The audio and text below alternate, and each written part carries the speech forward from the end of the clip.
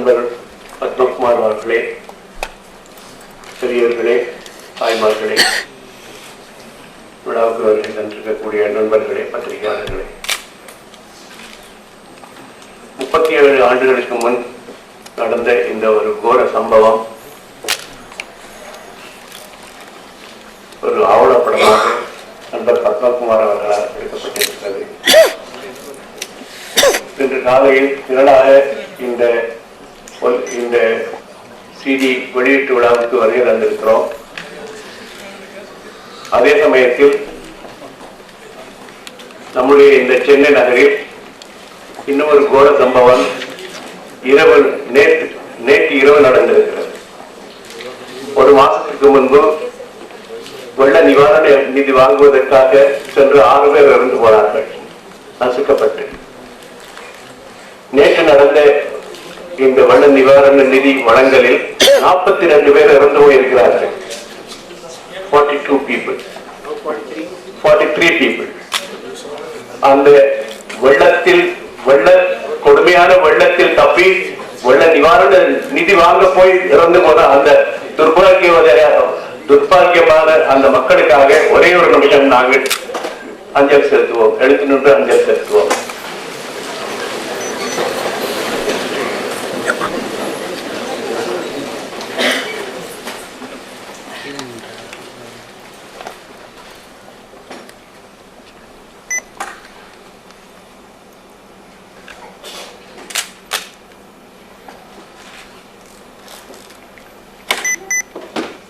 நன்றி.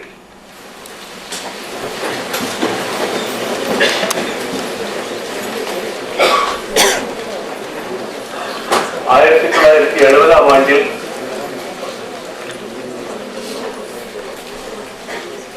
வேலை நிமித்தம்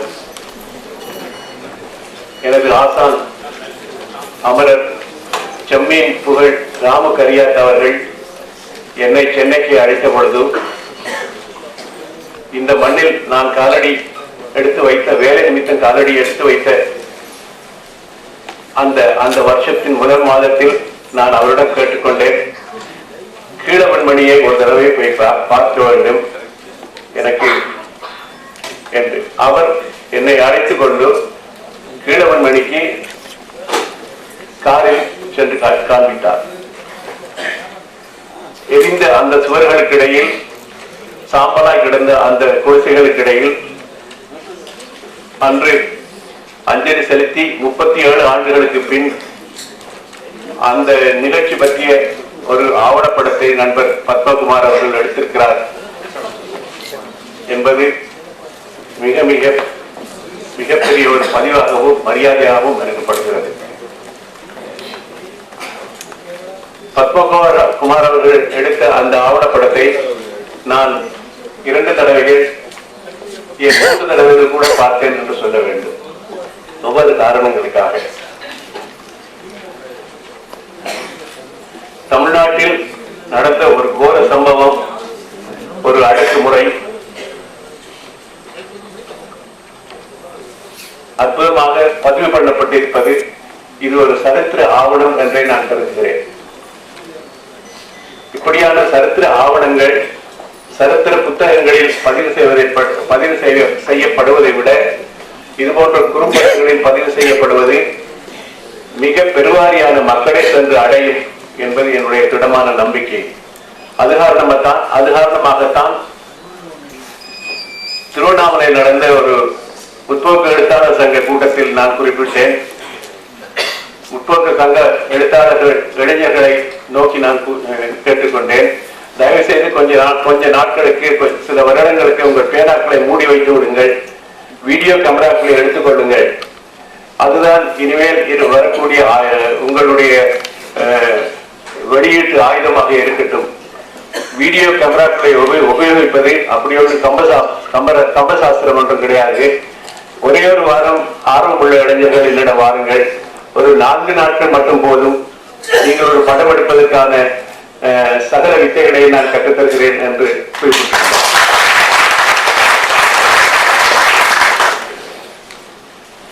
எனக்கு பத்மகுமார் அவர்களின் படத்தில் மிக மிக பிடித்த அம்சம் அவர் அவர் செய்த பதிவு அல்ல, அது ஒரு அற்புதமான ஒரு கரிசனை உள்ள மனச்சாட்சி உள்ள பொறுப்பான ஒரு மனிதனுடைய பங்களிப்பு, சமூகத்துக்கு அவன் செய்த பங்களிப்பு.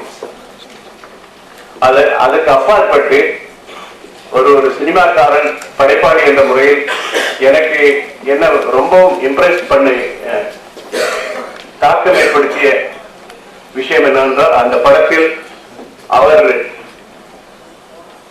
அவர் எடுத்திருந்த விதம், அந்த படத்தில் ஒரு கிஞ்சித மேனும் அவர் அழகியதை பற்றி, ஏஸ்தட்டிக்ஸ், இந்த ஈஸ்தட்டிக்ஸ் என்று சொல்லப்படும் அழகியதை பற்றி அவர் கிஞ்சித மேனும் கவலைப்படவில்லை.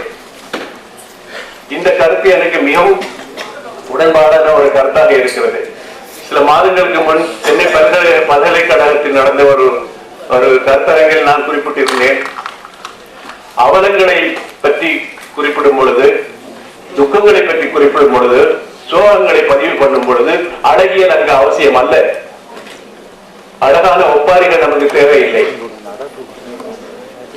இந்த ஒரே காரணத்துக்காகத்தான் கலிங்கத்தி பரணியின் பாடல்கள் அற்புதமான கவிதைகளாக இருந்தாலும் அந்த பாடல்களோடு எனக்கு உடன்பாடு இல்லை என்று நான் குறிப்பிட்டேன். ஒரு போர்க்களத்தின் அவலங்களையும், துண்டு துண்டாக கையில் கிடந்ததையும், தலைகள் வெட்டுப்பட்டு கிடந்ததையும் அற்புதமான பாடல்களாக பதிவு பண்ணப்பட்டிருந்தால் அப்படியே அந்த கவிதையோடு எனக்கு உடன்பாடு இல்லை என்று நான் குறிப்பிட்டேன். அதே காரணத்துக்காகத்தான் சமீபத்தில் தமிழகத்தில் மிகச்சிறந்த கவிஞர்கள் ஒருவர் பேர் சொல்ல நான் விரும்பவில்லை, சுனாமியை பற்றிய ஒரு பாடல் எழுதியிருந்தார். அதில் சுனாமியில் இறந்து போன மக்களுக்கான துயரத்தை தவிர என்னுடைய கவிதா விலாசத்தை பாருங்கள் என்ற துணியை மேலோங்கி இருந்தது. அது நமக்கு அவசியம் அல்ல. இது போன்ற சம்பவங்களை பற்றி சொல்லும் பொழுதாவது நம்முடைய மேதா விலாசத்தையும் நம்முடைய அழகியலையும் சற்று ஒதுக்கி வைக்கலாமே. அவர்களை பற்றி பேசும் பொழுது நமக்கு வேண்டாமே இந்த அழகியல்.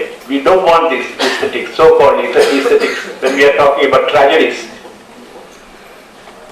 பத்மகுமார் அவர்கள் இது போன்று நிறைய ஆவணங்களை, ஏன் நீண்ட ஃபீச்சர் பிலிம்ஸ் கூட செய்ய வேண்டும் என்று நான் ஆர்வப்படுகிறேன். பத்மகுமாரின் வழிகாட்டியாக, ஆசானாக எனது அன்பார்ந்த நண்பர் பாரதிராஜ் அவர்கள் இருக்கிறார்கள். அவர்களுடைய துணையோடு பத்மகுமார் மேலும் மேலும் நிறைய விஷயங்களை தமிழ் சினிமாவுக்கு கொடுப்பார் என்று நான் நினைக்கிறேன்.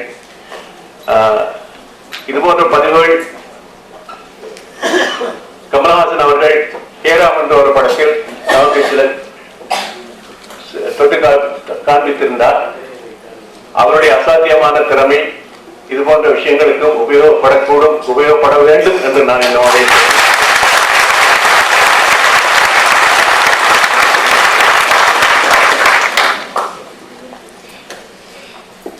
இந்த அடக்குமுறைகளும் இந்த ஒடுக்குமுறைகளும்